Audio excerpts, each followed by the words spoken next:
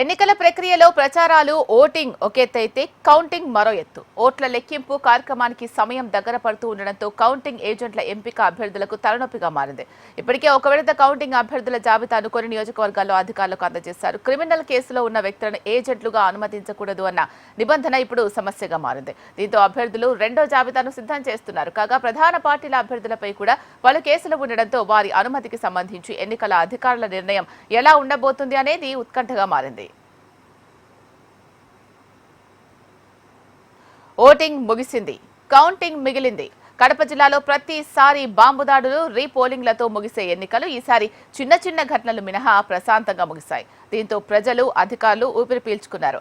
కాగా అసలైన తంతు ఇంకా మిగిలే ఉంది, అదే కౌంటింగ్. ఆ తర్వాత జరిగే వైలెన్స్ ను కూడా సమర్థవంతంగా ఎదుర్కొంటామని, అందుకు వ్యూహాలు రెడీ చేశామని ఎన్నికల అధికారులు, పోలీసు ఉన్నతాధికారులు చెప్పారు.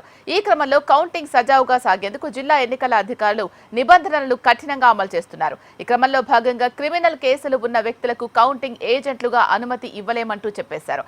ఎన్నికల సంఘం ఆదేశాలను తూచా తప్పకుండా అమలు చేస్తామన్నారు అధికారులు.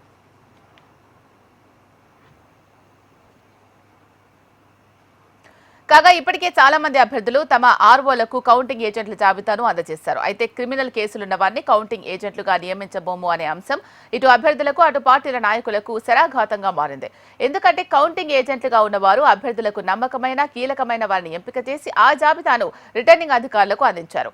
ఎన్నికల సమయంలో జరిగిన చిన్న చిన్న ఘటనల్లో ఈ జాబితాలో లేని వ్యక్తులపై కేసు నమోదు కావడం, అంతకుముందు వారిపై ఉన్న పాత కేసులు పెండింగ్ లో ఉండడం తదితర పరిణామాలు కౌంటింగ్ ఏజెంట్లు వారిని నమ్ముకున్న అభ్యర్థుల ఆశలపై నీళ్లు చల్లాయి.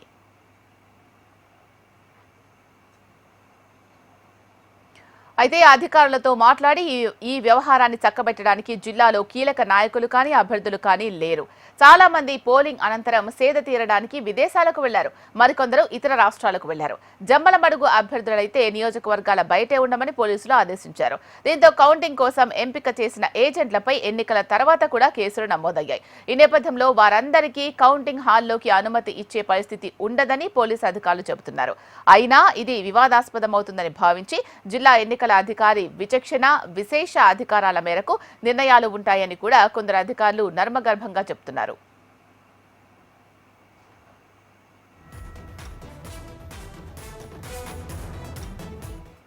ఈ కేసుల్లో జమ్మలమడుగు, మైదుకూరు నియోజకవర్గాల ప్రధాన పార్టీల ఎమ్మెల్యే అభ్యర్థులపై దాడులు, హత్యాయత్నం కేసులు కూడా ఎన్నికల రోజుల్లో నమోదయ్యాయి.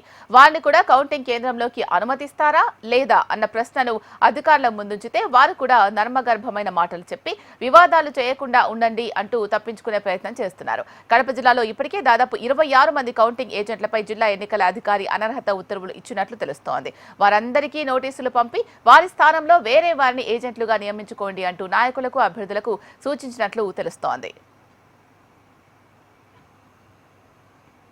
అయితే మామూలు ఏజెంట్లను మార్చుకోవచ్చు, కానీ జనరల్ ఏజెంట్లను మార్చడం కుదరదని తెలుస్తోంది. దీంతో ప్రధానంగా ఇరు పార్టీల అభ్యర్థులు ఎత్తులకు పై ఎత్తులు వేసి తమ ప్రత్యర్థి పార్టీకి చెందిన చురుకైన, కీలకమైన ఏజెంట్లపై పోలీసు అధికారులకు ఫిర్యాదు చేసి వారిని కౌంటింగ్ కేంద్రాలకు రానియకుండా చేస్తున్నారు అనే ఆరోపణలు కూడా ఉన్నాయి. కౌంటింగ్ సందర్భంగా క్రియాశీలకంగా వ్యవహరించేవారు ఎప్పటికప్పుడు తప్పప్పులను ఎత్తి చూపుతూ తమకు అనుకూలంగా ఎన్నికల నిబంధనలు తెలుసుకుని గట్టిగా వాదించేవారు ఉంటే తమకు ప్రయోజనం కలుగుతుందని ప్రత్యర్థుల భావన కావచ్చేమో.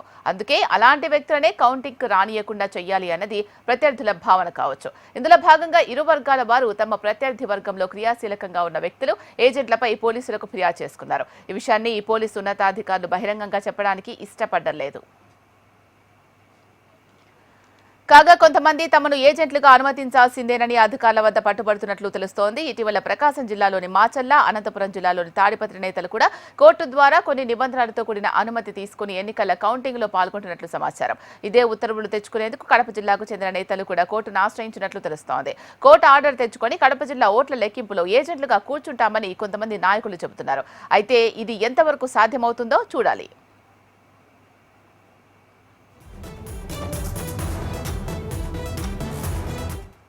కడప జిల్లాకు చెందిన కొంతమంది అభ్యర్థులు వారి కుటుంబ సభ్యులు Australia, America, Canada, Ooty, Kodaikanal, Hyderabad, Bengaluru తదితర ప్రాంతాలకు వెళ్లి రిలాక్స్ అవుతున్నట్లు సమాచారం. కొంతమంది అభ్యర్థులు తాము గెలుపు సాధించామని గుళ్ళు, గోపురాలు తిరుగుతున్నట్లు తెలుస్తోంది.